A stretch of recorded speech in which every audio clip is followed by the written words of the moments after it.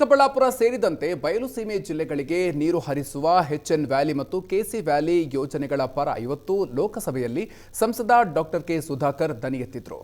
ಲೋಕಸಭೆಯಲ್ಲಿ ಶೂನ್ಯ ವೇಳೆಯಲ್ಲಿ ಮಾತನಾಡಿದ ಸಂಸದರು ಚಿಕ್ಕಬಳ್ಳಾಪುರ ಸೇರಿದಂತೆ ಬಯಲುಸೀಮೆ ಜಿಲ್ಲೆಗಳಿಗೆ ಸಂಸ್ಕರಿಸಿದ ನೀರನ್ನು ಪೂರೈಸಲು ಕ್ರಮ ಕೈಗೊಳ್ಳಬೇಕು. 3 ಹಂತಗಳಲ್ಲಿ ಸಂಸ್ಕರಿಸಿದ ನೀರನ್ನು ಪೂರೈಸಬೇಕು ಅಂತ ಒತ್ತಾಯಿಸಿದ್ದಾರೆ. ಬಯಲುಸೀಮೆಗೆ ಈಗಾಗಲೇ ಪೂರೈಕೆಯಾಗ್ತಾ ಇರುವ ದ್ವಿತೀಯ ಹಂತದ ಸಂಸ್ಕರಣೆಯ ನೀರು ಜನರ ಆರೋಗ್ಯದ ಮೇಲೆ ದುಷ್ಪರಿಣಾಮ ಬೀರ್ತಾ ಇದೆ ಅಂತ ವರದಿ ನೀಡಿವೆ.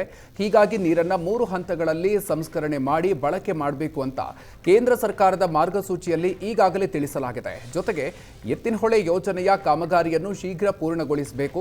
ಶಾಶ್ವತ ನೀರಾವರಿ ಕಲ್ಪಿಸಲು ಕೃಷ್ಣಾ ನದಿಯಿಂದ ಕನಿಷ್ಠ 15 ಟಿಎಂಸಿ ನೀರನ್ನು ತಂದು ಬಯಲುಸೀಮೆಗೆ ನೀಡೋದಕ್ಕೆ ಕ್ರಮ ವಹಿಸಬೇಕು ಅಂತ ಸಂಸದ ಡಾಕ್ಟರ್ ಕೆ ಸುಧಾಕರ್ ಒತ್ತಾಯಿಸಿದ್ದಾರೆ. ಮಾನ್ಯ ಅಧ್ಯಕ್ಷರೇ, ಅವಕಾಶಕ್ಕಾಗಿ ಧನ್ಯವಾದಗಳು. ನಾನು 2007ರಿಂದ ಕೂಡ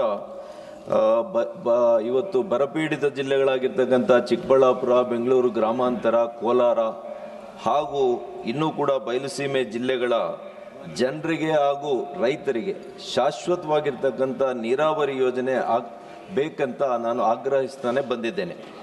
ಇದೇ ನಿಟ್ಟಿನಲ್ಲಿ ನಮ್ಮ BJP ಸರ್ಕಾರ ಇದ್ದಾಗ ಇದಕ್ಕೆ ಇವತ್ತು 3ನೇ ಹಂತದ ಸಂಸ್ಕರಣಾ ನೀರನ್ನು ಈ ಭಾಗಗಳಿಗೆ ನೀರು ಹರಿಸಬೇಕು ಅಂತ ಘೋಷಣೆಯನ್ನು ಮಾಡಿದ್ವಿ. ಎಲ್ಲ ಒಳ್ಳೆಯ ಯೋಜನೆಗಳಂತೆಯೇ ಇವತ್ತಿನ ಸರ್ಕಾರ ಬಂದು ಇದನ್ನು ಕೂಡ ರದ್ದು ಮಾಡಿದೆ. ಹಾಗಾಗಿ ಇವತ್ತು ಈಗಾಗಲೇ ಅನೇಕ ಸಂಸ್ಥೆಗಳು ವೈಜ್ಞಾನಿಕವಾಗಿ 2 ಹಂತದ ಸಂಸ್ಕರಣೆ ಮಾಡಿ ನೀರು ಹರಿಸೋದರಿಂದ ಆರೋಗ್ಯಗಳ ಮೇಲೆ ಇವತ್ತು ದುಷ್ಪರಿಣಾಮ ಬೀಳುತ್ತೆ ಅಂತ ಈಗಾಗಲೇ ಹೇಳಿದ್ದಾರೆ. ಹಾಗಾಗಿ ನಾನು 3 ವಿಷಯಗಳನ್ನು ಇವತ್ತು ಪ್ರಸ್ತಾಪ ಮಾಡ್ತೇನೆ. ವೈಜ್ಞಾನಿಕವಾಗಿ ಇವತ್ತಾಗಲೇ ಕೇಂದ್ರ ಸರ್ಕಾರ ಮಾರ್ಗಸೂಚಿಯನ್ನು ರೂಪಿಸಿದ್ದಾರೆ. 3 ಹಂತಗಳಲ್ಲಿ ಶುದ್ಧೀಕರಣ ಮಾಡಿದ ಮೇಲೆ ಇದನ್ನು ಮಾರ್ಗಸೂಚಿಯನ್ನು ಕೊಟ್ಟಿದ್ದಾರೆ. ಆ ಮಾರ್ಗಸೂಚಿಯನ್ನು ರಾಜ್ಯ ಸರ್ಕಾರ ಮಾಡಬೇಕು ಅಂತೇಳಿ ಆಗ್ರಹ ಮಾಡ್ತೇನೆ. ಅದೇ ರೀತಿ ಎತ್ತಿನಹೊಳೆ ಕಾಮಗಾರಿಯನ್ನು ಆದಷ್ಟು ಬೇಗ ಮುಗಿಸಬೇಕು ಅಂತ ಹೇಳ್ತೇನೆ.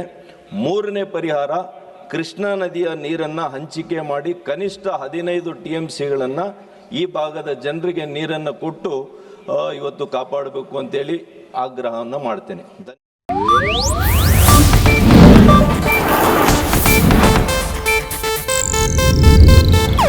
ಇದು ಏಷ್ಯಾನೆಟ್ ನ್ಯೂಸ್ ನೆಟ್ವರ್ಕ್ ಪ್ರಸ್ತುತಿ.